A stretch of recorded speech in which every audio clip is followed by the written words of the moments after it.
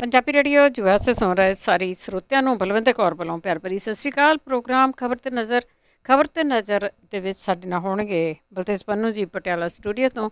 ਖਬਰਾਂ ਤੇ ਨਜ਼ਰ ਮਾਰਾਂਗੇ। ਖਬਰਾਂ ਤੋਂ ਪਹਿਲਾਂ ਧੰਨਵਾਦ ਸਾਡੇ ਸਪਾਂਸਰਸ ਦਾ ਜਿਨ੍ਹਾਂ ਨੇ ਇਸ ਪ੍ਰੋਗਰਾਮ ਨੂੰ ਸਪਾਂਸਰ ਕੀਤਾ, ਸਭ ਤੱਕ ਪਹੁੰਚਾਇਆ।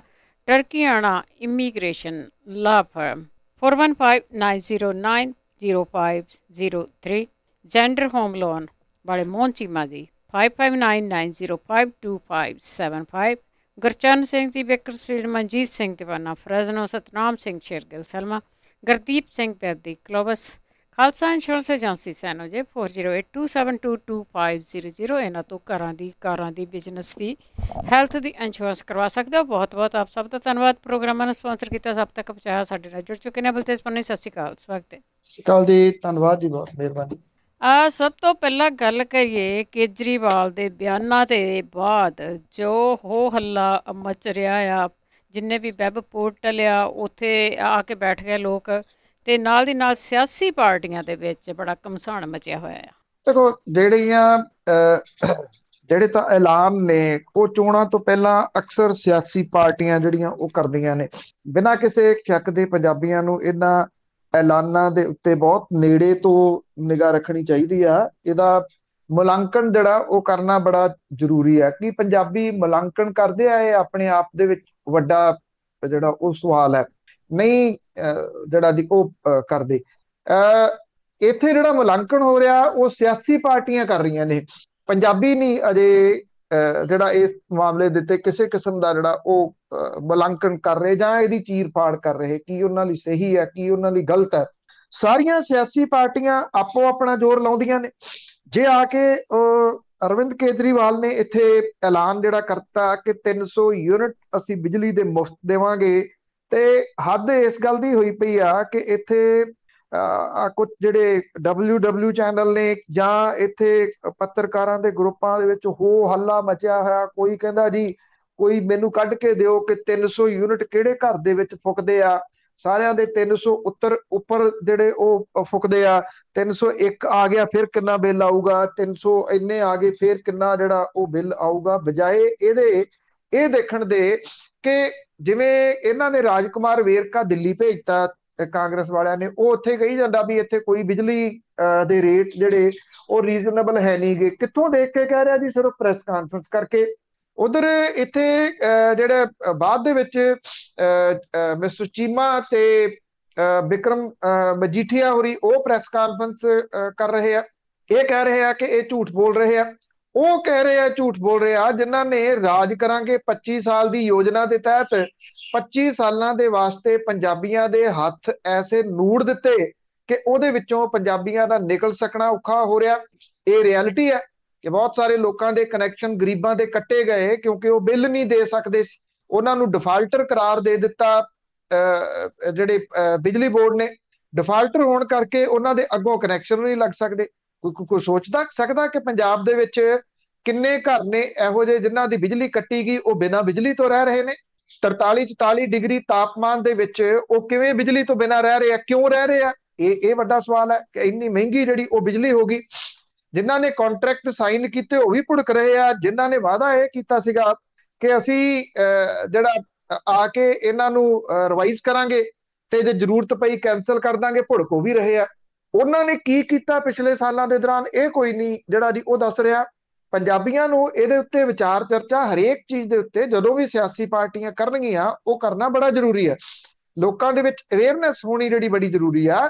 ਪਰ ਜਿਸ ਕਿਸਮ ਦੇ ਨਾਲ ਇਹ ਉਹਦੀ ਫੇਰੀ ਤੋਂ ਹੀ ਤੜਫੁੱਟੇ ਨੇ, ਉੱਥੋਂ ਜਿਹੜਾ ਜੀ ਇਹਨਾਂ ਨੂੰ ਇਹ ਲੱਗ ਰਿਹਾ ਕਿ ਜਿਹੜੀ ਖੇਡ ਆ ਨਾ ਉੱਤਰ ਘਾਟੋ ਮੈਚਣਾ ਵੀ ਕਿਤੇ ਉਹ ਨਾ ਖਰਾਬ ਹੁੰਦੀ ਹੋਵੇ। ਕਿਉਂਕਿ ਜਿਹੜੇ ਮੌਜੂਦਾ ਮੁੱਖ ਮੰਤਰੀ ਨੇ ਜੀ, ਉਹ ਜੇ ਕੋਈ ਵਿਰੋਧੀ ਧਿਰ ਦਾ ਨੇਤਾ ਬਿਆਨ ਦਿੰਦਾ ਤਾਂ ਉਹਦਾ ਉਹ ਆਨਸਰ ਨਹੀਂ ਕਰਦੇ।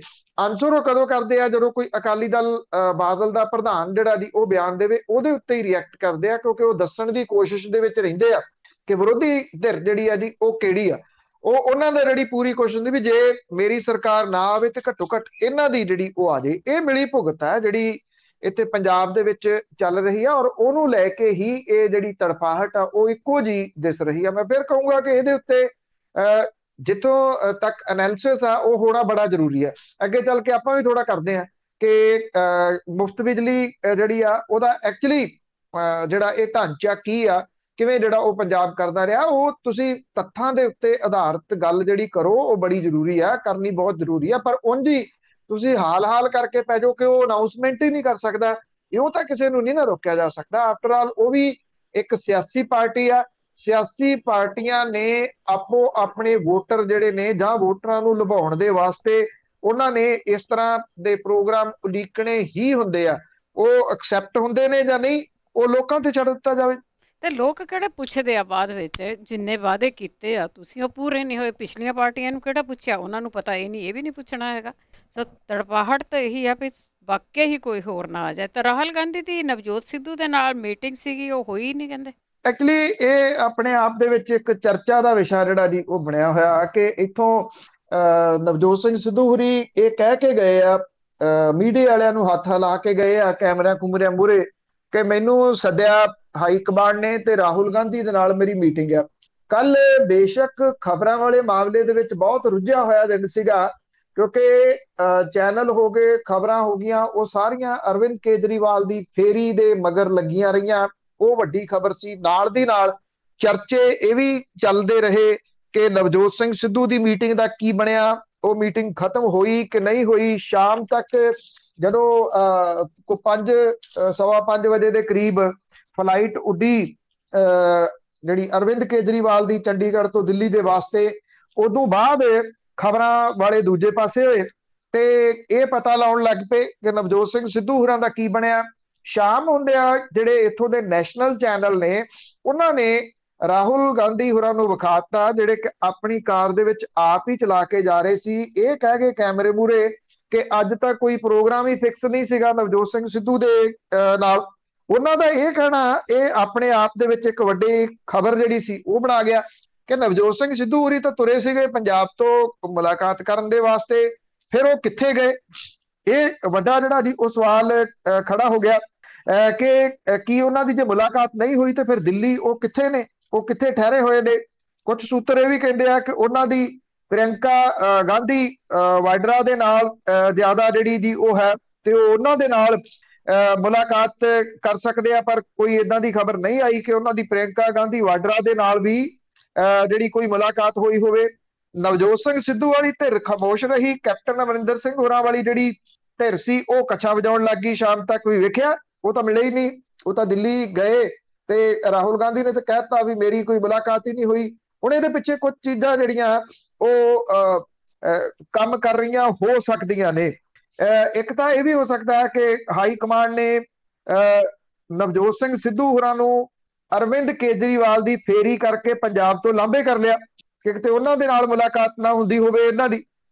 ਦੂਜਾ ਜਿਹੜਾ ਇਹ ਵੀ ਹੋ ਸਕਦਾ ਹੈ ਕਿ ਮੁਲਾਕਾਤ ਕਿਤੇ ਹੋਈ ਆ ਪਰ ਜਿਸ ਜਗ੍ਹਾ ਦੇ ਉੱਤੇ ਹੋਣੀ ਸੀ ਉੱਥੇ ਨਹੀਂ ਹੋਈ, ਪਰ ਜਾਣਬੁੱਝ ਕੇ ਹਾਈ ਕਮਾਂਡ ਜਿਹੜੀ ਆ ਉਹ ਇਹਨੂੰ ਖਬਰ ਦੇ ਰੂਪ ਦੇ ਵਿੱਚ ਸਾਹਮਣੇ ਨਹੀਂ ਲਿਆ ਰਹੀ। ਕਿਉਂਕਿ ਜੇ ਨਵਜੋਤ ਸਿੰਘ ਸਿੱਧੂ ਹੋਰਾਂ ਦੇ ਨਾਲ ਮੁਲਾਕਾਤ ਹੋਣ ਤੋਂ ਬਾਅਦ ਹਾਈ ਕਮਾਂਡ ਇਹ ਕਹਿੰਦੀ ਹੈ ਕਿ ਗੱਲ ਕਿਸੇ ਤਣ ਪੱਤਣ ਨਹੀਂ ਲੱਗੀ ਤੇ ਉਹਦੇ ਨਾਲ ਕੈਪਟਨ ਖੇਮਾ ਜਿਹੜਾ ਉਹ ਖੁਸ਼ ਹੋ ਸਕਦਾ। ਜੇ ਉਹ ਕਹਿੰਦੀ ਹੈ ਕਿ ਗੱਲਬਾਤ ਕਿਸੇ ਤਣ ਪੱਤਣ ਲੱਗ ਗਈ ਫਿਰ ਕੈਪਟਨ ਖੇਮਾ ਨਾਰਾਜ਼ ਹੋ ਸਕਦਾ। ਇਸ ਕਰਕੇ ਇਹ ਵੀ ਇੱਕ ਰਾਹ ਜਿਹੜਾ ਕੱਢਿਆ ਹੋ ਸਕਦਾ ਹਾਈ ਕਮਾਂਡ ਦੇ ਵੱਲੋਂ ਕਿ ਮੁਲਾਕਾਤ ਤਾਂ ਰਾਹੁਲ ਗਾਂਧੀ ਦੇ ਨਾਲ ਹੋ ਗਈ ਪਰ ਹੋਈ ਕਿਸੇ ਹੋਰ ਜਗ੍ਹਾ ਦੇ ਉੱਤੇ ਤੇ ਇਹਨੂੰ ਗੁਪਤ ਰੱਖ ਲਿਆ ਗਿਆ ਕਿ ਕੈਪਟਨ ਖੇਮਾ ਜਿਹੜਾ ਉਹਨੂੰ ਪਤਾ ਨਾ ਲੱਗੇ, ਭਿਣਕ ਨਾ ਲੱਗੇ ਕਿ ਕੀ ਆ। ਕਿਉਂਕਿ ਹਾਈ ਕਮਾਂਡ ਜਿਹੜੀ ਆ ਇਉਂ ਤਾਂ ਹੋ ਨਹੀਂ ਸਕਦਾ ਕਿ ਉਹ ਆਫਟਰ ਆਲ ਅਨਾਉਂਸ ਕਰਕੇ ਗਏ ਆ ਔਰ ਅਜੇ ਇਹਦੇ ਉੱਤੇ ਕਿਸੇ ਕਿਸਮ ਦਾ ਕੋਈ ਪ੍ਰਤੀਕਰਮ ਨਾ ਸੋਸ਼ਲ ਮੀਡੀਆ ਦੇ ਰਾਹੀਂ, ਟਵਿੱਟਰ ਦੇ ਰਾਹੀਂ ਕਿਸੇ ਜਗ੍ਹਾ ਦੇ ਉੱਤੇ ਨਵਜੋਤ ਸਿੰਘ ਸਿੱਧੂ ਹੋਰਾਂ ਦਾ ਨਹੀਂ ਆਇਆ। ਜੇ ਇਦਾਂ ਦਾ ਕੁਝ ਨਾ ਹੁੰਦਾ, ਸਭ ਨੂੰ ਪਤਾ ਕਿ ਸ਼ਾਰਟ ਟੈਂਪਰ ਤਾਂ ਨਵਜੋਤ ਸਿੰਘ ਸਿੱਧੂ ਹੈਗੇ ਆ, ਉਹਨਾਂ ਨੇ ਹੁਣ ਤੱਕ ਕੁਝ ਨਾ ਕੁਝ ਜਿਹੜਾ ਉਹ ਲਿਖ ਦੇਣਾ ਸੀਗਾ ਇਹਦੇ ਬਾਰੇ ਦੇ ਵਿੱਚ।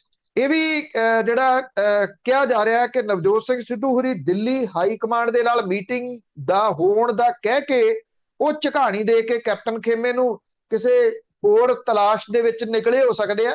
ਇੱਕ ਤਰੀਕਾ ਇਹ ਵੀ ਜਿਹੜਾ ਜੀ ਹੋ ਸਕਦਾ ਉਹਨਾਂ ਦਾ ਕਿ ਇੱਥੋਂ ਲਾਂਭੇ ਹੋ ਜਾਓ, ਇਹ ਕਹਿ ਕੇ ਕਿ ਉਹ ਬਹੁਤ ਹੀ ਉਹਨਾਂ ਦੇ ਪਿੱਛੇ ਜਿਹੜੀ ਆ ਉਹ ਲੱਗੇ ਨਾ, ਉਹਨਾਂ ਦੇ ਪਿੱਛੇ ਕੋਈ ਆਵੇ ਨਾ, ਤੇ ਉਹ ਆਪਣਾ ਕੰਮ ਚੁੱਪ ਕਰਕੇ ਜਿਹੜਾ ਦੀ ਉਹ ਕਰੀ ਜਾਣ।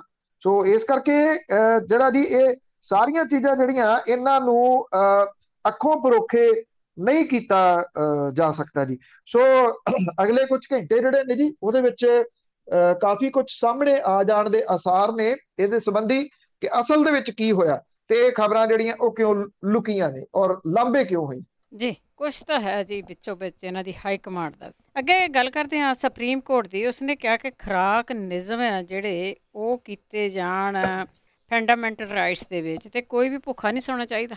ਐਕਚੁਅਲੀ ਦੇਖੋ, ਜਦੋਂ ਪਿਛਲੇ ਵਰੇ ਲੱਗਿਆ ਸੀਗਾ ਕਰਫਿਊ, ਤੇ ਉਸ ਵੇਲੇ ਸੜਕਾਂ ਦੇ ਉੱਤੇ ਪੈਦਲ ਤੁਰੇ ਜਾਂਦੇ ਭੁੱਖਣ ਭਾਣੇ ਜਿਹੜੇ ਲੋਕ ਸੀਗੇ, ਉਹ ਨਾ ਸਿਰਫ ਇੱਥੇ ਭਾਰਤ ਦੇ ਵਿੱਚ ਬਲਕਿ ਦੁਨੀਆ ਭਰ ਨੇ ਵੇਖੇ ਕਿ ਕਿਵੇਂ ਉਹ ਸੜਕਾਂ ਦੇ ਉੱਤੇ ਜਾਂਦੇ ਸੀ। ਕਿਸੇ ਜਗ੍ਹਾ ਦੇ ਉੱਤੇ ਕਿਸੇ ਸਰਕਾਰ ਨੇ ਉਹਨਾਂ ਦੇ ਰੋਟੀ ਪਾਣੀ ਦਾ ਇੰਤਜ਼ਾਮ ਨਹੀਂ ਕੀਤਾ।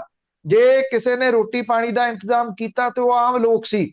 ਆਮ ਲੋਕਾਂ ਨੇ ਘਰਾਂ ਦੇ ਵਿੱਚੋਂ ਨਿਕਲ ਕੇ ਆਪਣੇ ਹਿੱਸੇ ਦੀ ਰੋਟੀ ਵੀ ਜਿਹੜੀ ਸੀ ਉਹ ਉਹਨਾਂ ਨੂੰ ਲਿਜਾ ਕੇ ਦਿੱਤੀ, ਤਰਸ ਦੇ ਆਧਾਰ ਦੇ ਉੱਤੇ। ਇਹ ਤਰਸ ਤਾਂ ਸਰਕਾਰਾਂ ਨੂੰ ਕਰਨਾ ਚਾਹੀਦਾ ਸੀ। ਸਰਕਾਰਾਂ ਨੂੰ ਘੱਟੋ ਘੱਟ ਉਦੋਂ ਬਾਅਦ ਕੋਈ ਪਾਲਿਸੀਆਂ ਬਣਾ ਲੈਣੀਆਂ ਚਾਹੀਦੀਆਂ ਸੀ, ਕਿਉਂਕਿ ਪ੍ਰਵਾਸੀ ਮਜ਼ਦੂਰ ਜਿਹੜੇ ਨੇ ਉਹ ਭਾਰਤ ਦੀ ਆਬਾਦੀ ਦਾ ਇੱਕ ਬਹੁਤ ਵੱਡਾ ਹਿੱਸਾ ਨੇ। ਉਹਨਾਂ ਨੂੰ ਇਗਨੋਰ ਕਿਸੇ ਵੀ ਹਾਲਤ ਦੇ ਵਿੱਚ ਨਹੀਂ ਕੀਤਾ ਜਾ ਸਕਦਾ। ਪਰ ਇੱਥੇ ਤਾਂ ਜਿਹੜੀ ਦੌੜ ਲੱਗੀ ਹੋਈ ਆ ਉਹ ਇਸ ਤਰ੍ਹਾਂ ਦੀ ਆ ਕਿ ਉਹਦੇ ਵਿੱਚ ਇਸ ਤਰ੍ਹਾਂ ਦੀਆਂ ਪਾਲਿਸੀਆਂ ਦਾ ਤਾਂ ਕੋਈ ਥਾਂ ਹੀ ਹੈ ਨਹੀਂਗਾ। ਸੁਪਰੀਮ ਕੋਰਟ ਨੇ ਹੁਣ ਰਾਜਾਂ ਤੇ ਕੇਂਦਰ ਸ਼ਾਸਿਤ ਪ੍ਰਦੇਸ਼ਾਂ ਨੂੰ 31 ਜੁਲਾਈ ਤੱਕ ਇੱਕ ਦੇਸ਼ ਇੱਕ ਰਾਸ਼ਨ ਕਾਰਡ ਯੋਜਨਾ ਲਾਗੂ ਕਰਨ ਦਾ ਹੁਕਮ ਦਿੱਤਾ।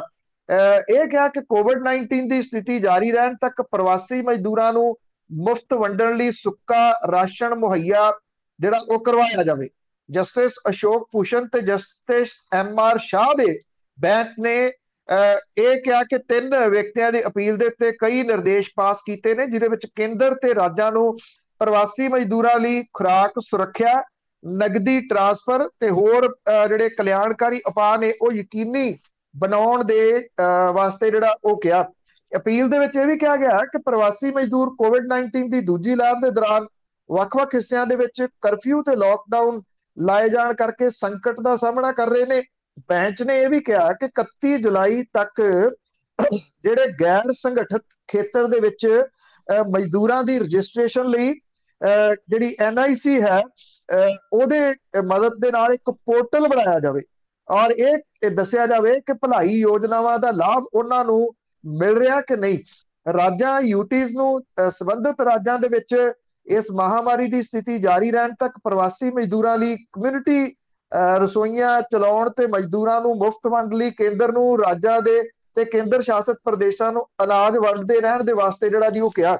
ਇੱਥੇ ਜਿਹੜੀਆਂ ਹੈਡਲਾਈਨਸ ਬਣਾਈਆਂ ਜਾਂਦੀਆਂ ਨੇ ਉਹ ਇਹ ਨੇ ਕਿ ਦੇਖੋ ਅਸੀਂ ਟੀਕਾ ਲਾਉਣ ਦੇ ਵਿੱਚ ਅਮਰੀਕਾ ਨਾਲੋਂ ਅੱਗੇ ਲੰਘ ਗਏ ਆ। ਨਾਲ ਦੀ ਨਾਲ ਛੋਟੀ ਜੀ ਜਿਹੜੀ ਹੈਡਲਾਈਨ ਛੋਟੀ ਵਾਲੀ ਹੁੰਦੀ ਆ ਉਹਦੇ ਵਿੱਚ ਹੁੰਦਾ ਕਿ ਆਬਾਦੀ ਦੇ ਹਿਸਾਬ ਦੇ ਨਾਲ ਅਸੀਂ ਬਹੁਤ ਪਿੱਛੇ ਆ, ਤੇ ਫਿਰ ਉੱਪਰ ਹੈਡਲਾਈਨ ਇਹ ਵੱਡੀ ਬਣਾਉਣ ਦੀ ਕਿਉਂ ਲੋੜ ਸੀਗੀ ਕਿ ਅਮਰੀਕਾ ਦੇ ਨਾਲੋਂ ਟੀਕੇ ਦੇ ਰੂਪ ਦੇ ਵਿੱਚ ਅੱਗੇ ਲੰਘ ਗਏ। ਉਹ ਕਿਉਂਕਿ ਜਿਹੜੀਆਂ ਭੁਲੇਖਾ ਪਾਊ ਹੈਡਲਾਈਨਸ ਨੇ ਨਾ ਇਹ ਉਹਨਾਂ ਦੀ ਰਾਜਨੀਤੀ ਜਿਹੜੀ ਹੋ ਰਹੀ ਹੈ। ਇਹ ਨਹੀਂ ਕੋਈ ਦੱਸਦਾ ਕਿ ਜਿਹੜੇ ਹੁਣ ਕਿੰਨੀ ਬੇਰੁਜ਼ਗਾਰੀ ਵਧੀ ਆ, ਕਿੰਨੀ ਹੋ ਗਈ, ਉਹ ਤਾਂ ਅੰਕੜੇ ਰੋਜ਼ ਦੀ ਰੋਜ਼ ਮੁਲਕਾਂ ਦੇ ਵਿੱਚ ਉਹਨਾਂ ਦੀਆਂ ਸਾਈਟ ਦੇ ਉੱਤੇ ਅਵੇਲੇਬਲ ਨੇ। ਇੱਥੇ ਇਹੋ ਜਿਹਾ ਕੋਈ ਸਿਸਟਮ ਹੀ ਨਹੀਂਗਾ ਜਿਹਦੇ ਉੱਤੇ ਇਹ ਪਤਾ ਲੱਗ ਸਕੇ ਕਿ ਹੁਣ ਬੇਰੁਜ਼ਗਾਰੀ ਜਿਹੜੀ ਆ ਉਹ ਕਿੰਨੀ ਹੋ ਗਈ। ਸਾਈਟਾਂ ਹੈਗੀਆਂ ਨੇ, ਵਿਭਾਗ ਵੀ ਹੈਗੇ ਆ, ਉਹਨਾਂ ਦੇ ਵਿੱਚ ਕੋਈ ਅਪਡੇਟ ਨਹੀਂ ਕੀਤਾ ਜਾ ਰਿਹਾ ਤਾਂ ਕਿ ਅਸਲੀਅਤ ਜਿਹੜੀ ਆ ਉਹ ਪਤਾ ਨਾ ਲੱਗ ਜਾਵੇ। ਹੁਣ ਸੁਪਰੀਮ ਕੋਰਟ ਨੇ ਜਿਹੜਾ ਇਹ ਕੀਤਾ 31 ਜੁਲਾਈ ਤੱਕ ਸਮਾਂ, ਵੇਖਣਾ ਇਹ ਹੋਊਗਾ ਕਿ ਉਦੋਂ ਤੱਕ ਜਿਹੜੀਆਂ ਸਰਕਾਰਾਂ ਨੇ ਉਹ ਕਿਵੇਂ ਇਹਦੇ ਉੱਤੇ ਅਮਲ ਕਰਦੀਆਂ ਜੀ। ਜੇ ਕਰਨਗੀਆਂ ਤਾਂ ਅੱਗੇ ਟਵਿੱਟਰ ਦੇ ਉੱਤੇ ਧੜਾ ਧੜ ਕੇਸ ਹੋ ਰਹੇ ਆ ਤੇ ਸਰਕਾਰ ਆ ਜਿਹੜੀ ਉਹ ਆਪਣਾ ਪ੍ਰੈਸ਼ਰ ਬਣਾਉਣ ਦੇ ਚੱਕਰ ਦੇ ਵਿੱਚ ਹੈ। ਦੇਖੋ ਸੋਸ਼ਲ ਮੀਡੀਆ ਇਸ ਵੇਲੇ ਸਰਕਾਰ ਦੀ ਗਲੇ ਦੀ ਹੱਡੀ ਜਿਹੜਾ ਉਹ ਬਣਿਆ ਹੋਇਆ ਔਰ ਜਿਹੜਾ ਸੋਸ਼ਲ ਮੀਡੀਆ ਦੇ ਉੱਤੇ ਬੈਠੇ ਕੁਝ ਲੋਕ ਨੇ ਜਿਹੜੇ ਨਫ਼ਰਤ ਫੈਲਾਉਂਦੇ ਆ, ਗਾਲਾਂ ਵਾਲੀ ਭਾਸ਼ਾ, ਦੂਜਾ ਤੀਜਾ, ਦੇਖੋ ਉਹਨਾਂ ਨੇ ਮੌਕਾ ਦਿੱਤਾ, ਉਹਨਾਂ ਨੇ ਇਹ ਮੌਕਾ ਪ੍ਰੋਵਾਈਡ ਕਰ ਦਿੱਤਾ ਸਰਕਾਰਾਂ ਨੂੰ ਕਿ ਸਰਕਾਰਾਂ ਹੌਲੀ ਹੌਲੀ ਕਰਕੇ ਲੋਕਾਂ ਦਾ ਜਿਹੜਾ ਇਹ ਆਮ ਲੋਕਾਂ ਦਾ ਹਥਿਆਰ ਹੈ ਉਹਦੇ ਉੱਤੇ ਪਾਬੰਦੀਆਂ ਲਾ ਲੈਣ।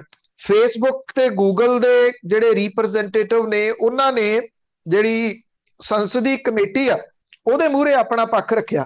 ਫੇਸਬੁੱਕ ਤੇ ਗੂਗਲ ਨੇ ਜਿਹੜਾ ਸੀਗਾ ਕਾਂਗਰਸ ਦੇ ਸੀਨੀਅਰ ਆਗੂ ਸ਼ਸ਼ੀ ਥਰੂਰ ਦੀ ਪ੍ਰਧਾਨਗੀ ਵਾਲੀ ਇਹ ਜਿਹੜੀ ਕਮੇਟੀ ਸੀਗੀ ਉਹਦੇ ਵਿੱਚ ਫੇਸਬੁਕ ਭਾਰਤ ਦੇ ਜਿਹੜੇ ਸੀਗੇ ਸ਼ਿਵਨਾਥ ਠੁਕਰਾਲ ਤੇ ਜਨਰਲ ਕਾਉਂਸਲ ਨਮ੍ਰਿਤਾ ਸਿੰਘ ਨੇ ਕਮੇਟੀ ਸਾਹਮਣੇ ਆਪਣੀ ਗੱਲ ਰੱਖੀ ਔਰ ਇਹ ਕਿਹਾ ਕਿ ਇਹਦਾ ਏਜੰਡਾ ਜਿਹੜਾ ਸੀ ਉਹ ਨਾਗਰਿਕਾਂ ਦੇ ਅਧਿਕਾਰਾਂ ਦੀ ਰਾਖੀ ਕਰਨਾ ਤੇ ਸੋਸ਼ਲ ਮੀਡੀਆ ਆਨਲਾਈਨ ਖਬਰ ਮੀਡੀਆ ਮੰਚਾਂ ਦੀ ਦੁਰਵਰਤੋਂ ਰੋਕਣਾ ਸੀਗਾ। ਜੇ ਤੁਸੀਂ ਭਾਸ਼ਾ ਨੂੰ ਸਮਝ ਲਓਗੇ ਤੇ ਕਹਾਣੀ ਜਿਹੜੀ ਉਹ ਸਮਝ ਆ ਜਾਊਗੀ ਸਾਰੀ। ਉਧਰ ਜਿਹੜਾ ਪੰਗਾ ਇੱਕ ਕੇਂਦਰ ਦੀ ਸਰਕਾਰ ਦਾ ਪਿਆ ਹੋਇਆ ਟਵਿੱਟਰ ਦੇ ਨਾਲ, ਕਿਉਂਕਿ ਟਵਿੱਟਰ ਹਾਲ ਦੀ ਘੜੀ ਝੁਕਣ ਦੇ ਵਾਸਤੇ ਤਿਆਰ ਨਹੀਂ, ਉਹ ਅਮਰੀਕਾ ਤੋਂ ਹੈ ਔਰ ਉਹ ਇਹ ਸਮਝਦਾ ਕਿ ਅਮਰੀਕਾ ਦੇ ਵਿੱਚ ਸਭ ਤੋਂ ਵੱਧ ਉਹਦੇ ਯੂਜ਼ਰ ਨੇ, ਸਭ ਤੋਂ ਵੱਧ ਬਿਜ਼ਨਸ ਉਹਦਾ ਅਮਰੀਕਾ ਦੇ ਵਿੱਚ ਹੈ, ਉਹ ਭਾਰਤ ਦੇ ਬਿਜ਼ਨਸ ਦੇ ਉੱਤੇ ਡਿਪੈਂਡ ਨਹੀਂ, ਜਿਹਦੇ ਕਰਕੇ ਉਹ ਨਹੀਂ ਝੁਕ ਰਿਹਾ।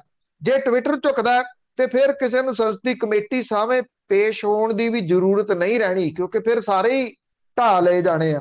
ਹੁਣ ਉੱਤਰ ਪ੍ਰਦੇਸ਼ ਦੇ ਬੁਲੰਦ ਸ਼ਹਿਰ ਦੇ ਵਿੱਚ ਸੋਸ਼ਲ ਮੀਡੀਆ ਪਲੇਟਫਾਰਮ ਜਿਹੜਾ ਇਹ ਟਵਿੱਟਰ ਹੈ ਉਹਦੇ ਉੱਤੇ ਭਾਰਤ ਦੇ ਨਕਸ਼ੇ ਨੂੰ ਤੋੜ ਮਰੋੜ ਕੇ ਪੇਸ਼ ਕਰਨ ਦੇ ਮਾਮਲੇ ਦੇ ਵਿੱਚ ਮਾਈਕਰੋ ਬਲੌਗਿੰਗ ਸਾਈਟ ਜਿਹੜੀ ਹੈ ਟਵਿੱਟਰ ਇੰਡੀਆ ਦੇ 2 ਸੀਨੀਅਰ ਅਧਿਕਾਰੀਆਂ ਦੇ ਖਿਲਾਫ ਕੇਸ ਦਰਜ ਕੀਤਾ। ਕਰਵਾਇਆ ਕਿਹਨੇ ਆ? ਬਜਰੰਗ ਦਲ ਦੇ ਅਹੁਦੇਦਾਰਾਂ ਨੇ। ਖੁਰਜਾ ਨਗਰ ਪੁਲਿਸ ਸਟੇਸ਼ਨ ਦੇ ਵਿੱਚ ਇੱਕ ਕੇਸ ਦਰਜ ਕੀਤਾ ਗਿਆ। ਟਵਿੱਟਰ ਦੇ ਵੱਲੋਂ ਆਪਣੀ ਵੈਬਸਾਈਟ ਤੇ ਪਾਏ ਭਾਰਤ ਦੇ ਨਕਸ਼ੇ ਦੇ ਵਿੱਚ ਕੇਂਦਰ ਸ਼ਾਸਿਤ ਪ੍ਰਦੇਸ਼ਾਂ ਲਦਾਖ ਤੇ ਜੰਮੂ ਕਸ਼ਮੀਰ ਨੂੰ ਵੱਖਰੇ ਮੁਲਕ ਦੇ ਵੱਲੋਂ ਜਿਹੜਾ ਜੀ ਉਹ ਪਾਉਣ ਦੀ ਗੱਲ ਕੀਤੀ ਗਈ ਹੈ, ਜਿੱਥੋਂ ਇਹ ਮਾਮਲੇ ਜਿਹੜੇ ਆ ਉਹ ਦਰਜ ਕਰਵਾਏ ਗਏ ਆ ਜੀ। ਔਰ ਇਸੇ ਤਰੀਕੇ ਦੇ ਨਾਲ ਜਿਹੜੇ ਹਾਲਾਂਕਿ ਟਵਿੱਟਰ ਨੇ ਇਹ ਨਕਸ਼ਾ ਜਿਹੜਾ ਸੀ ਉਹ ਹਟਾ ਦਿੱਤਾ। ਇਹ ਕੋਈ ਟਵਿੱਟਰ ਦਾ ਬਣਾਇਆ ਹੋਇਆ ਨਕਸ਼ਾ ਨਹੀਂਗਾ। ਅਮਰੀਕਾ ਦੇ ਵਿੱਚ ਇਹ ਨਕਸ਼ਾ ਅਕਸਰ ਬਹੁਤੀਆਂ ਸਾਈਟਾਂ ਦੇ ਉੱਤੇ ਮਿਲ ਜਾਂਦਾ। ਬਜਰੰਗ ਦਲ ਦਾ ਜਿਹੜਾ ਕਨਵੀਨਰ ਆ ਉਹ ਇਹ ਕਹਿੰਦਾ ਕਿ ਵਿਸ਼ਵ ਦੇ ਨਕਸ਼ੇ ਦੇ ਵਿੱਚ ਲਦਾਖ ਤੇ ਜੰਮੂ ਕਸ਼ਮੀਰ ਨੂੰ ਭਾਰਤ ਦੇ ਹਿੱਸੇ ਵਜੋਂ ਨਹੀਂ ਵਿਖਾਇਆ ਗਿਆ, ਇਸ ਕਰਕੇ ਉਹਨੂੰ ਬਹੁਤ ਤਕਲੀਫ ਹੋਈ। ਇਹ ਕਿਹਾ ਕਿ ਸਾਡੀਆਂ ਭਾਵਨਾਵਾਂ ਨੂੰ ਜਿਹੜੀ ਉਹ ਸੱਟ ਵੱਜ ਗਈ। ਭਾਵਨਾਵਾਂ ਨੂੰ ਉਦੋਂ ਸੱਟ ਨਹੀਂ ਵੱਜਦੀ ਜਦੋਂ ਲੋਕਾਂ ਕੋਲੇ ਅੰਤਮ ਸੰਸਕਾਰ ਕਰਨ ਦੇ ਪੈਸੇ ਨਹੀਂ ਹੁੰਦੇ ਤੇ ਉਹ ਗੰਗਾ ਕੱਢੇ ਲਾਸ਼ਾਂ ਸੁੱਟ ਕੇ ਭੱਜ ਜਾਂਦੇ ਆ। FIR ਦੇ ਵਿੱਚ ਟਵਿੱਟਰ ਇੰਡੀਆ ਦੇ MD ਤੇ ਨਿਊ ਪਾਰਟਨਰਸ਼ਿਪ ਹੈਡ ਜਿਹੜੇ ਆ ਉਹਨੂੰ IPC ਦੀ ਧਾਰਾ 505 ਦੇ ਤਹਿਤ ਮੁਲਜ਼ਮ ਦੇ ਵਜੋਂ ਨਾਮਜ਼ਦ ਕੀਤਾ ਗਿਆ। ਇਸ ਤੋਂ ਇਲਾਵਾ ਮੱਧ ਪ੍ਰਦੇਸ਼ ਦੇ ਵਿੱਚ ਸਾਈਬਰ ਸੈੱਲ ਨੇ ਭਾਰਤ ਦੇ ਨਕਸ਼ੇ ਨੂੰ ਤੋੜ ਮਰੋੜ ਕੇ ਪੇਸ਼ ਕਰਨ ਦੇ ਮਾਮਲੇ ਦੇ ਵਿੱਚ ਸੂਬੇ ਦੀ ਗ੍ਰਹਿ ਮੰਤਰੀ ਦੀ ਹਦਾਇਤ ਦੇ ਉੱਤੇ ਟਵਿੱਟਰ ਇੰਡੀਆ ਦੇ ਖਿਲਾਫ ਕੇਸ ਦਰਜ ਕਰ ਲਿਆ। ਉਧਰ ਦਿੱਲੀ ਦੇ ਵਿੱਚ ਪੁਲਿਸ ਨੇ ਚਾਈਲਡ ਪੋਰਨੋਗ੍ਰਾਫੀ ਦੇ ਮਾਮਲੇ ਦੇ ਉੱਤੇ ਟਵਿੱਟਰ ਦੇ ਖਿਲਾਫ ਕੇਸ ਜਿਹੜਾ ਉਹ ਦਰਜ ਕਰ ਲਿਆ। ਇੰਨੇ ਕੇਸ ਜਦੋਂ ਹੁਣ ਦਰਜ ਹੋ ਗਏ ਆ ਚੁਫੇਰੇ, ਉਹ ਬਿਨਾਂ ਕਿਸੇ ਸ਼ੱਕ ਦੇ ਟਵਿੱਟਰ ਨੂੰ ਝੁਕਾਉਣ ਦੇ ਵਾਸਤੇ ਆ। ਜਿਸ ਦਿਨ ਝੁਕ ਗਿਆ ਉਹ, ਜਿਸ ਦਿਨ ਉਹਨੇ ਈਨ ਜਿਹੜੀ ਆ ਉਹ ਕਬੂਲ ਕਰ ਲਈ, ਉਦੋਂ ਇਹ ਸਾਰੇ ਕੇਸ ਜਿਹੜੇ ਆ ਜੀ ਉਹਨਾਂ ਦੇ ਉੱਤੇ ਕੋਈ ਅਗਲੀ ਪੈਰਵਾਈ ਨਹੀਂ ਹੋ ਰਹੀ ਜੀ। ਅੱਗੇ ਗੱਲ ਕਰਦੇ ਹਾਂ ਹਰਿਆਣਾ ਦੀਆਂ ਖਾਪ ਪੰਚਾਇਤਾਂ ਦੀ। ਮਹਾ ਪੰਚਾਇਤ ਹੋਈ ਆ ਤੇ ਉਹਨਾਂ ਨੇ ਜੁਲਾਈ ਦੇ ਵਿੱਚ ਦਿੱਲੀ ਕੂਚ ਕਰਨ ਦਾ ਸੱਦਾ ਦਿੱਤਾ। ਜਿਹੜੀਆਂ ਖਾਪ ਪੰਚਾਇਤਾਂ ਨੇ ਜੀ ਉਹਨਾਂ ਦਾ ਬਹੁਤ ਉਹਨਾਂ ਦੇ ਜਿਹੜੀ ਇਕਜੁੱਟਤਾ ਹੈ ਤੇ ਉਹਨਾਂ ਦੇ ਵੱਲੋਂ ਲਏ ਜਾਂਦੇ ਫੈਸਲੇ ਤੇ ਜਿਹੜੇ ਜਿਵੇਂ ਉਹ ਇੰਪਲੀਮੈਂਟ ਕਰਵਾਉਂਦੇ ਆ ਇਹਨਾਂ ਫੈਸਲਿਆਂ ਨੂੰ ਬਿਨਾਂ ਕਿਸੇ ਸ਼ੱਕ ਦੇ। ਬਹੁਤ ਵਾਰੀ ਕੁਝ ਜਿਹੜੇ ਫੈਸਲੇ ਉਹਨਾਂ ਦੇ ਕੰਟਰੋਵਰਸ਼ੀਅਲ ਵੀ ਹੁੰਦੇ ਆ, ਪਰ ਕਿਸਾਨ ਅੰਦੋਲਨ ਦੇ ਵਿੱਚ ਖਾਪ ਪੰਚਾਇਤਾਂ ਦਾ ਇੱਕ ਬਹੁਤ ਵੱਡਾ ਰੋਲ ਹੈ। ਹਰਿਆਣੇ ਦੇ ਕਿਸਾਨਾਂ ਦਾ ਬਹੁਤ ਵੱਡਾ ਰੋਲ ਹੈ ਔਰ ਕੇਂਦਰੀ ਖੇਤੀ ਕਾਨੂੰਨਾਂ ਦੇ ਖਿਲਾਫ ਦੇਸ਼ ਦੀ ਰਾਜਧਾਨੀ ਦੀਆਂ ਬਰੂਹਾਂ ਤੇ ਚੱਲ ਰਹੇ ਅੰਦੋਲਨ ਨੂੰ ਮਜ਼ਬੂਤ ਕਰਨ ਦੇ ਵਾਸਤੇ ਹਰਿਆਣਾ ਦੀਆਂ ਸਰਬ ਜਾਤੀ ਖਾਪ ਪੰਚਾਇਤਾਂ ਨੇ ਜਾਤ ਤੇ ਧਰਮ ਤੋਂ ਉੱਪਰ ਉੱਠ ਕੇ ਚਰਖੀ ਦਾਦਰੀ ਦੇ ਵਿੱਚ ਸਥਿਤ ਕਿਤਲਾਣਾ ਟੋਲ ਪਲਾਜ਼ੇ ਦੇ ਉੱਤੇ ਇਹਨਾਂ ਨੇ ਇੱਕ ਮਹਾ ਪੰਚਾਇਤ ਕੀਤੀ ਔਰ ਇਹਨਾਂ ਨੇ ਕੇਂਦਰ ਸਰਕਾਰ ਦੀਆਂ ਲੋਕ ਵਿਰੋਧੀ ਨੀਤੀਆਂ ਦੇ ਵਿਰੁੱਧ 10 ਮਤੇ ਜਿਹੜੇ ਉਹ ਪਾਸ ਕੀਤੇ। ਇਹ ਕਿਹਾ ਕਿ ਜੁਲਾਈ ਮਹੀਨੇ ਦੇ ਵਿੱਚ ਖਾਪ ਪੰਚਾਇਤਾਂ ਨੇ ਦਿੱਲੀ ਕੂਚ ਕਰਨ ਦਾ ਸੱਦਾ ਦਿੱਤਾ। ਇਹ ਜਿਹੜੀ ਮਹਾ ਪੰਚਾਇਤ ਸੀ ਇਹਦੇ ਵਿੱਚ ਸੰਯੁਕਤ ਕਿਸਾਨ ਮੋਰਚੇ ਦੇ ਆਗੂ ਵੀ ਪਹੁੰਚੇ ਔਰ ਜਿਹੜੇ 10 ਮਤੇ ਪਾਸ ਕੀਤੇ ਗਏ ਇਹਨਾਂ ਖਾਪ ਪੰਚਾਇਤਾਂ ਦੇ ਵਿੱਚ ਉਹਨਾਂ ਨੂੰ ਜਿੰਨੀਆਂ ਖਾਪਾਂ ਉੱਥੇ ਆਈਆਂ ਸੀਗੀਆਂ ਜੀ ਉਹਨਾਂ ਨੇ ਹੱਥ ਖੜੇ ਕਰਕੇ ਇਹਨਾਂ ਨੂੰ ਪ੍ਰਵਾਨਗੀ ਦਿੱਤੀ। ਇਹ ਆਖਿਆ ਕਿ ਕੇਂਦਰ ਸਰਕਾਰ ਕਿਸਾਨਾਂ ਦੀ ਗੱਲ ਸੁਣਨ ਦੀ ਜਗ੍ਹਾ ਅੰਦੋਲਨ ਨੂੰ ਕਮਜ਼ੋਰ ਕਰਨ ਤੇ ਜਾਤ ਪਾਤ ਧਰਮ ਦੇ ਆਧਾਰ ਦੇ ਉੱਤੇ ਵੰਡਣ ਦੀਆਂ ਕੋਸ਼ਿਸ਼ਾਂ ਕਰ ਰਹੀ ਹੈ। ਇਹ ਵੀ ਕਿਹਾ ਕਿ ਕੇਂਦਰ ਸਰਕਾਰ ਤਿੰਨਾਂ ਖੇਤੀ ਕਾਨੂੰਨਾਂ ਨੂੰ ਰੱਦ ਕਰਨ ਦੀ ਥਾਂ हर तरह की सोध ਲਈ ਤਿਆਰ है, पर किसान तीनों खेती कानून रद्द करवाए बिना घर वापस नहीं ਜਿਹੜਾ ਉਹ ਆਉਣਗੇ। ਇੱਥੇ ਵਿਧਾਨ ਸਭਾ ਹਲਕਾ ਚਰਖੀ ਦਾਦਰੀ ਤੋਂ ਆਜ਼ਾਦ ਵਿਧਾਇਕ ਸਾਂਗਵਾਨ ਖਾਪ ਦੇ ਪ੍ਰਧਾਨ ਸੋਮਵੀਰ ਸਾਂਗਵਾਨ ਨੇ ਕਿਹਾ ਕਿ ਹਰਿਆਣਾ ਦੀਆਂ ਖਾਪ ਪੰਚਾਇਤਾਂ ਇਕਜੁੱਟ ਹੋ ਕੇ ਅੰਦੋਲਨ ਨੂੰ ਮਜ਼ਬੂਤ ਕਰ ਜਿਹੜੀਆਂ ਹੋ ਰਹੀਆਂ ਨੇ। ਜਿਹੜੇ 10 ਮਤੇ ਪਾਸ ਕੀਤੇ ਗਏ ਆ, ਇਹਦੇ ਵਿੱਚ 3 ਖੇਤੀ ਕਾਨੂੰਨ ਤੇ ਹਰਿਆਣਾ ਸਰਕਾਰ ਦਾ ਜਿਹੜਾ ਜਾਇਦਾਦ ਤੋੜ-ਫੋੜ ਵਸੂਲੀ ਬਿੱਲ ਰੱਦ ਕਰਨਾ, ਫਸਲਾਂ ਦੀ MSP ਦੇ ਉੱਤੇ ਖਰੀਦ ਦੀ ਗਰੰਟੀ ਦਾ ਕਾਨੂੰਨ ਲਿਆਉਣ ਦੀ ਮੰਗ ਕੀਤੀ ਗਈ, ਬਿਜਲੀ ਆਰਡੀਨੈਂਸ ਵਾਪਸ ਲੈਣ ਦੀ ਗੱਲ ਕੀਤੀ ਗਈ, ਅੰਦੋਲਨ ਦੇ ਦੌਰਾਨ ਸ਼ਹੀਦ ਹੋਏ ਕਿਸਾਨਾਂ ਦੇ ਪਰਿਵਾਰਾਂ ਨੂੰ ਨੌਕਰੀ ਤੇ ਮੁਆਵਜ਼ੇ ਦੀ ਗੱਲ ਜਿਹੜੀ ਉਹ ਕੀਤੀ ਗਈ। ਇਹ ਵੀ ਕਿਹਾ ਗਿਆ ਕਿ ਪ੍ਰਾਈਵੇਟਾਈਜ਼ ਜਿਹੜਾ ਹੋ ਰਿਹਾ ਹਰ ਜਿਹੜਾ ਮਹਿਕਮੇ ਦੇ ਵਿੱਚ ਉਹਨੂੰ ਰੋਕਿਆ ਜਾਵੇ। ਇਹ ਵੀ ਕਿਹਾ ਗਿਆ ਕਿ ਤਿੰਨੇ ਖੇਤੀ ਕਾਨੂੰਨ ਰੱਦ ਕਰਵਾਉਣ ਲਈ ਸੰਘਰਸ਼ ਕਰ ਰਿਹਾ ਜਿਹੜਾ ਕਿਸਾਨ ਹੈ ਉਹ ਉਦੋਂ ਤੱਕ ਘਰ ਨਹੀਂ ਪਰਤੂਗਾ ਜਦੋਂ ਤੱਕ ਇਹ ਜਿਹੜੇ ਖੇਤੀ ਕਾਨੂੰਨ ਰੱਦ ਨਹੀਂ ਹੋ ਜਾਂਦੇ। ਉਧਰ ਜਿਹੜੇ ਯਸ਼ਵੰਤ ਸਿन्हा ਨੇ ਜਿਹੜੇ ਕਿ ਮੀਤ ਪ੍ਰਧਾਨ ਨੇ ਤ੍ਰਿਣਮੂਲ ਕਾਂਗਰਸ ਦੇ, ਉਹ ਗਾਜੀਪੁਰ ਪਹੁੰਚੇ ਔਰ ਗਾਜੀਪੁਰ ਪਹੁੰਚ ਕੇ ਉਹਨਾਂ ਨੇ ਜਿਹੜੇ ਕਿਸਾਨ ਜਾਟ ਆਗੂ ਨੇ ਰਕੇਸ਼ ਟਕੈਤ ਦੇ ਨਾਲ ਮੁਲਾਕਾਤ ਕੀਤੀ। ਜਿਹੜੀ ਪਿਛਲੇ ਦਿਨੀ ਇੱਕ ਮੀਟਿੰਗ ਹੋਈ ਸੀਗੀ ਇੱਥੇ ਦਿੱਲੀ ਦੇ ਵਿੱਚ ਔਰ ਸ਼ਰਦ ਪਵਾਰ ਹੋਰਾਂ ਦੀ ਅਗਵਾਈ ਦੇ ਵਿੱਚ ਤੇ ਯਸ਼ਵੰਤ ਸਿन्हा ਦੀ ਅਗਵਾਈ ਦੇ ਵਿੱਚ, ਉਹ ਸਾਰੀ ਮੀਟਿੰਗ ਨੇ ਕਿਸਾਨ ਅੰਦੋਲਨ ਦੀ ਹਮਾਇਤ ਕੀਤੀ ਸੀ। ਕੀ ਇਹ ਉਸੇ ਸੰਦਰਭ ਦੇ ਵਿੱਚ ਸੀ ਜਾਂ ਫਿਰ ਉੱਤਰ ਪ੍ਰਦੇਸ਼ ਦੀਆਂ ਆ ਰਹੀਆਂ ਚੋਣਾਂ ਦੇ ਸੰਦਰਭ ਦੇ ਵਿੱਚ ਸੀ? ਕਿਉਂਕਿ ਉੱਤਰ ਪ੍ਰਦੇਸ਼ ਦੀਆਂ ਚੋਣਾਂ ਦੇ ਵਿੱਚ ਕਿਸਾਨਾਂ ਦਾ ਰੋਲ ਬਹੁਤ ਅਹਿਮ ਰਹਿਣ ਵਾਲਾ ਔਰ ਟਕੈਤ ਪਰਿਵਾਰ ਜਿਹੜਾ ਉਹਦੀ ਇੱਕ ਵੱਡੇ ਖਿੱਤੇ ਦੇ ਵਿੱਚ ਜਿਹੜੀ ਉੱਥੇ ਪੈਂਠ ਹੈ ਉੱਤਰ ਪ੍ਰਦੇਸ਼ ਦੇ ਵਿੱਚ, ਸ਼ਾਇਦ ਉਹਨੂੰ ਲੈ ਕੇ ਤ੍ਰਿਣਮੂਲ ਕਾਂਗਰਸ ਤੇ ਜਿਹੜੀਆਂ ਵਿਰੋਧੀ ਧਿਰਾਂ ਨੇ ਉਹ ਕੋਈ ਨਾ ਕੋਈ ਅਗਲੀ ਪਲੈਨਿੰਗ ਇਸ ਮਾਮਲੇ ਦੇ ਉੱਤੇ ਕਰਨਗੀਆਂ। ਜੀ ਬੜੀ ਤੋੜ ਫੋੜ ਹੋਊਗੀ ਜੀ। ਹੁਣ ਅੱਗੇ ਪੰਜਾਬ ਦੀ ਮੁਫਤ ਬਿਜਲੀ ਦਾ ਅਸਲ ਸੱਚ ਕੀ ਜੇ ਇਸ ਦੇ ਉੱਤੇ ਰੌਲਾ ਹੀ ਪੈ ਰਿਹਾ ਆ? ਦੇਖੋ, ਜਿਹੜੇ ਪੰਜਾਬ ਵਾਲੇ ਨੇ ਉਹ ਇਹ ਸਜ਼ਾ ਭੁਗਤ ਰਹੇ ਆ ਇੱਕ ਕਿਸਮ ਦੀ ਕਿ ਸਭ ਤੋਂ ਮਹਿੰਗੀ ਬਿਜਲੀ ਇੱਥੇ ਪੰਜਾਬ ਦੇ ਵਿੱਚ ਇਸ ਵੇਲੇ ਹੈ। ਲੋਕ ਇਹ ਕਹਿਣ ਲੱਗੇ ਆ ਕਿ ਸਾਨੂੰ ਮੁਫਤ ਬਿਜਲੀ ਨਹੀਂ ਚਾਹੀਦੀ, ਸਸਤੀ ਬਿਜਲੀ ਜਿਹੜੀ ਉਹ ਦਿੱਤੀ ਜਾਵੇ। ਅੱਛਾ, ਹੁੰਦਾ ਇੱਥੇ ਇਹ ਆ ਕਿ ਚੋਣਾਂ ਦੇ ਵੇਲੇ ਬਿਜਲੀ ਥੋੜੀ ਸਸਤੀ ਕਰ ਦਿੱਤੀ ਜਾਂਦੀ ਹੈ, ਚੋਣਾਂ ਹੋਣ ਦੀ ਦੇਰ ਹੈ, ਸਰਕਾਰ ਬਣਨ ਦੀ ਦੇਰ ਹੈ, ਨਾਲ ਦੀ ਨਾਲ ਬਿਜਲੀ ਦੇ ਰੇਟ ਜਿਹੜੇ ਆ ਉਹ ਚੁੱਕ ਦਿੱਤੇ ਜਾਂਦੇ ਆ। ਕਾਂਗਰਸ ਦੇ ਏਜੰਡੇ ਤੇ ਹੁਣ ਜਦੋਂ ਘਰੇਲੂ ਜਿਹੜੇ ਖਪਤਕਾਰ ਨੇ ਉਹਨਾਂ ਨੂੰ 200 ਯੂਨਿਟ ਮੁਫਤ ਦਿੱਤੇ ਜਾਣੇ ਆ, ਇਹ ਕਿਹਾ ਜਾ ਰਿਹਾ ਹੈ ਕਿ ਇਹਦੀ ਅਨਾਉਂਸਮੈਂਟ ਛੇਤੀ ਹੋ ਸਕਦੀ ਹੈ। ਉਦੋਂ ਪਹਿਲਾਂ ਆਮ ਆਦਮੀ ਪਾਰਟੀ ਨੇ 300 ਯੂਨਿਟ ਮੁਆਫੀ ਦਾ ਐਲਾਨ ਕਰਤਾ। ਪੰਜਾਬ ਦੇ ਵਿੱਚ 1 ਕਰੋੜ ਕਨੈਕਸ਼ਨ ਨੇ, ਜਿਹਦੇ ਵਿੱਚੋਂ 72 ਲੱਖ ਜਿਹੜੇ ਉਹ ਡੋਮੈਸਟਿਕ ਨੇ, ਘਰੇਲੂ ਕਨੈਕਸ਼ਨ ਨੇ। ਜਿਹੜੀ ਆਮ ਆਦਮੀ ਪਾਰਟੀ ਦੀ ਯੋਜਨਾ ਹੈ ਜਿਹੜੀ ਉਹਨਾਂ ਨੇ ਐਲਾਨ ਕੀਤੀ ਆ, ਉਹਦੇ ਚ 72 ਲੱਖ ਘਰੇਲੂ ਜਿਹੜੇ ਵਰਤਣ ਵਾਲੇ ਨੇ ਉਹਨਾਂ ਨੂੰ ਮੁਫਤ 300 ਯੂਨਿਟ ਦਿੱਤੇ ਜਾਣ ਦੇ ਨਾਲ 6 ਤੋਂ 7,000 ਕਰੋੜ ਦਾ ਖਰਚਾ ਆਊਗਾ। ਪੰਜਾਬ ਦੇ ਵਿੱਚ 21 ਲੱਖ ਘਰੇਲੂ ਖਪਤਕਾਰ 200 ਯੂਨਿਟ ਪ੍ਰਤੀ ਮਹੀਨਾ ਮੁਫਤ ਲੈ ਰਹੇ ਆ, ਜਿਹਦੇ ਵਿੱਚ SC BC BPL freedom fighter ਸ਼ਾਮਲ ਨੇ। ਇਹਨਾਂ ਪਰਿਵਾਰਾਂ ਨੂੰ 1700 ਕਰੋੜ ਰੁਪਏ ਦੀ ਬਿਜਲੀ ਮੁਫਤ ਦਿੱਤੀ ਜਾਂਦੀ ਹੈ। ਖੇਤੀ ਸੈਕਟਰ ਦੇ ਵਿੱਚ 14.5 ਲੱਖ ਜਿਹੜੇ ਯੂਜ਼ਰ ਨੇ ਉਹਨਾਂ ਨੂੰ ਮੁਫਤ ਬਿਜਲੀ ਦਿੱਤੀ ਜਾ ਰਹੀ ਹੈ, ਜਿਹਦੀ ਸਬਸਿਡੀ 6735 ਕਰੋੜ ਰੁਪਏ ਸਾਲਾਨਾ ਹੈ। ਪੰਜਾਬ ਦੇ ਵਿੱਚ ਇਸ ਵੇਲੇ 36.5 ਲੱਖ ਖਪਤਕਾਰ ਬਿਜਲੀ ਤੇ ਸਬਸਿਡੀ ਲੈ ਰਹੇ ਆ, 36.5 ਲੱਖ। ਤੇ ਪੰਜਾਬ ਦੀ ਕੁੱਲ ਬਿਜਲੀ ਸਬਸਿਡੀ ਦਾ ਬਿੱਲ ਸਾਲਾਨਾ 10,668 ਕਰੋੜ ਰੁਪਏ ਬਣਦਾ। ਪਾਵਰਕਾਮ ਨੂੰ ਸਾਲਾਨਾ ਬਿਜਲੀ ਵੇਚਣ ਦੇ ਨਾਲ 33,000 ਕਰੋੜ ਰੁਪਏ ਦਾ ਮਾਲੀਆ ਜਿਹੜਾ ਉਹ ਮਿਲਦਾ, ਜਿਹਦੇ ਚੋਂ ਵੱਡਾ ਹਿੱਸਾ ਸਬਸਿਡੀ ਦੇ ਰੂਪ ਚ ਹੁੰਦਾ। ਲੋਕ ਸਭਾ ਚੋਣਾਂ ਵੇਲੇ ਪੰਜਾਬ ਦੇ ਵਿੱਚ ਜਿਹੜਾ ਉਹ ਸਾਲ 2004-5 ਦੇ ਵਿੱਚ ਬਿਜਲੀ ਦੇ ਰੇਟ 6% ਘਟਾਏ ਗਏ ਸੀ। ਚੋਣਾਂ ਹੋਣ ਤੋਂ ਬਾਅਦ ਅਗਲੇ ਸਾਲ 2005-6 ਦੇ ਵਿੱਚ ਬਿਜਲੀ ਦੇ ਰੇਟ 10.5% ਵਧਾ ਦਿੱਤੇ ਗਏ, 6% ਘਟਾਏ, ਇਲੈਕਸ਼ਨਾਂ ਹੋਈਆਂ ਤੇ 10.5% ਜਿਹੜੇ ਉਹ ਵਧਾਤੇ। ਔਰ ਅਸੈਂਬਲੀ ਚੋਣਾਂ ਦੇ ਵੇਲੇ 2006-7 ਦੇ ਵਿੱਚ ਬਿਜਲੀ ਦੇ ਰੇਟ ਨਹੀਂ ਵਧਾਏ ਗਏ।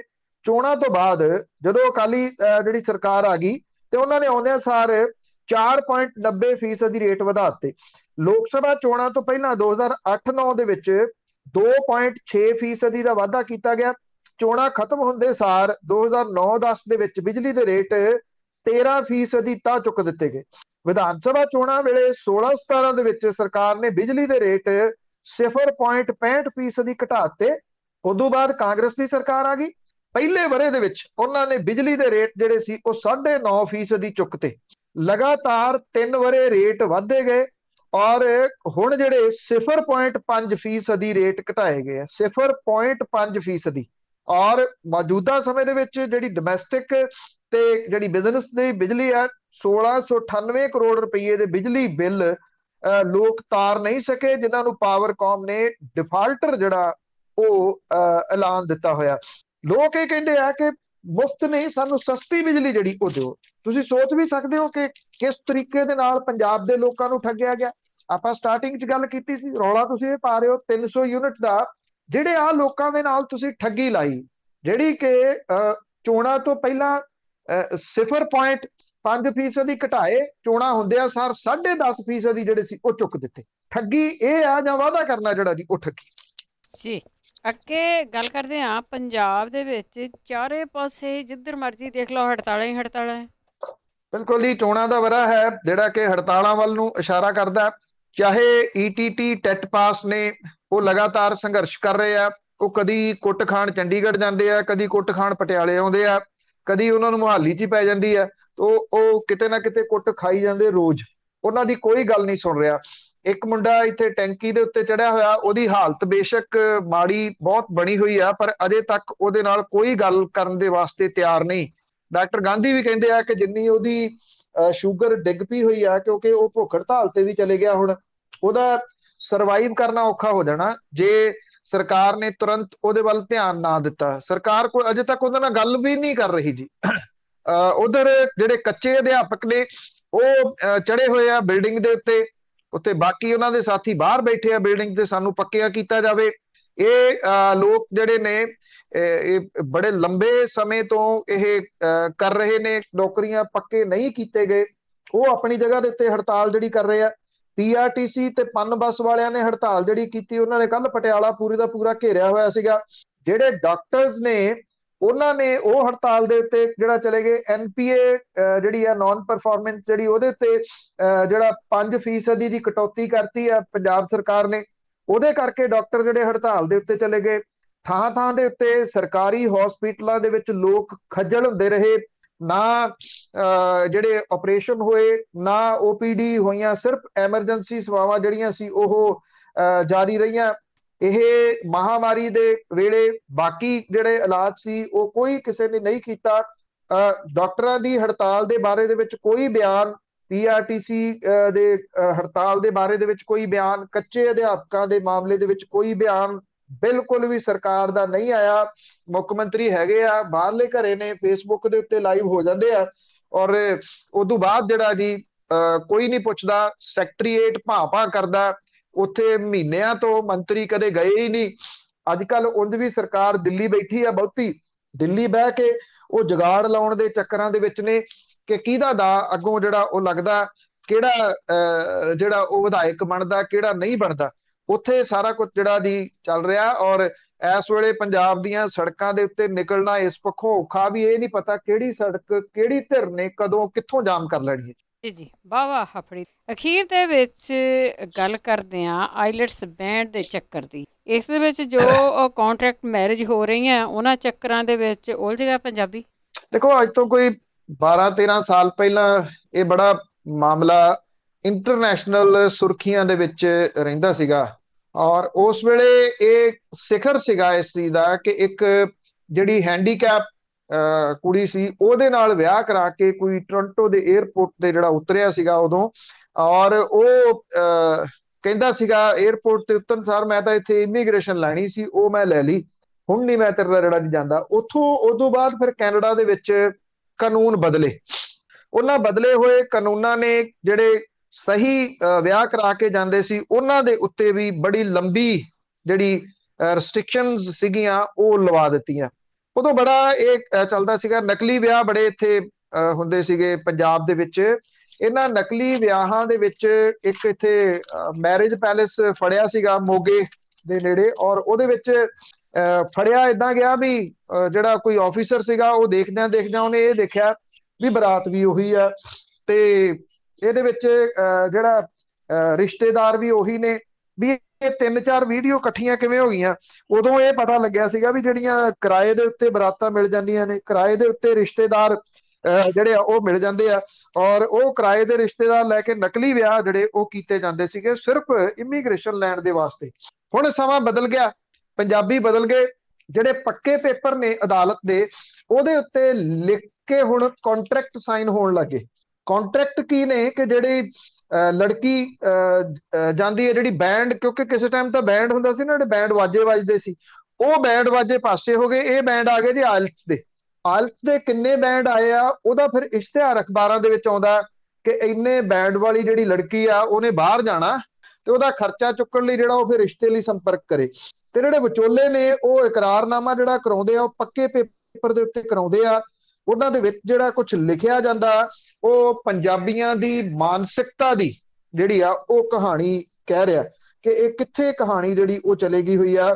ਇਹ ਲਿਖਿਆ ਜਾਂਦਾ ਕਿ ਅਸੀਂ ਆਪਣੀ ਜਿਹੜੀ ਜਿਹੜੇ ਪਹਿਲੀ ਧਿਰ ਜਿਹੜੀ ਆ ਉਹਨੇ ਦੂਜੀ ਧਿਰ ਦੀ ਜਿਹੜੀ ਲੜਕੀ ਆ ਉਹਦੇ ਨਾਲ ਮੰਗਣੀ ਕੀਤੀ ਆ। ਫਿਰ ਇਹ ਲਿਖਿਆ ਜਾਂਦਾ ਕਿ ਉਹਨੇ 25 ਲੱਖ ਰੁਪਈਆ ਦਿੱਤਾ। ਔਰ ਤੀਜਾ ਫਿਰ ਇਹ ਲਿਖਿਆ ਜਾਂਦਾ ਕਿ ਕੈਨੇਡਾ ਲਿਜਾਣ ਦੇ ਵਿੱਚ ਇਹ ਮਦਦ ਕਰੂਗੀ, ਉੱਥੇ ਉਹ ਸਟੂਡੈਂਟ ਜਾਊਗੀ ਤੇ ਆਪਣੇ ਸਪਾਊਸ ਨੂੰ ਜਿਹੜਾ ਉਹ ਉੱਥੇ ਜਾ ਕੇ ਅਪਲਾਈ ਕਰਕੇ ਉੱਥੇ ਸੱਦੂਗੀ। ਅਜਿਹੇ ਕੰਟਰੈਕਟ ਜਿਹੜੇ ਆ ਇਕਰਾਰਨਾਮੇ ਦੇ ਉੱਤੇ ਲਿਖੇ ਜਾ ਰਹੇ ਆ। ਪਿਛਲੇ 5 ਸਾਲਾਂ ਦੇ ਵਿੱਚ ਪੰਜਾਬ ਦੇ ਵਿੱਚ ਕੋਈ 3600 ਦੇ ਕਰੀਬ ਇਸ ਤਰ੍ਹਾਂ ਦੇ ਕੇਸ ਰਜਿਸਟਰਡ ਹੋ ਚੁੱਕੇ ਹੋਏ ਆ। ਇਹ ਕੁੱਲ ਕਿੰਨੇ ਹੋਣਗੇ ਇਹ ਨਹੀਂ ਪਤਾ। ਬਹੁਤ ਸਾਰੇ ਲੋਕ ਨੇ ਜਿਹੜੇ ਇਦਾਂ ਦੀ ਗੱਲ ਨੂੰ ਘੁੱਟ ਲੈਂਦੇ ਆ, ਉਹ ਬਾਹਰ ਨਹੀਂ ਫਿਰ ਕੱਢਦੇ ਵੀ ਕਾਹਦੇ ਲਈ ਇੱਜ਼ਤ ਜਿਹੜੀ ਆ ਉਹ ਖਿਲਾਰਨੀ ਆ। 3600 ਦੇ ਕਰੀਬ ਜਿਹੜੇ ਆ ਉਹ ਰਜਿਸਟਰਡ ਕੇਸ ਹੋਏ ਆ। ਔਰ ਜਿਹੜੇ 400 ਤੋਂ ਜ਼ਿਆਦਾ ਮਾਮਲੇ ਸਿੱਧੇ NRI ਜਿਹੜੇ ਵੂਮਨ ਥਾਣੇ ਨੇ ਉਹਨਾਂ ਦੇ ਵਿੱਚ ਪਹੁੰਚੇ ਨੇ।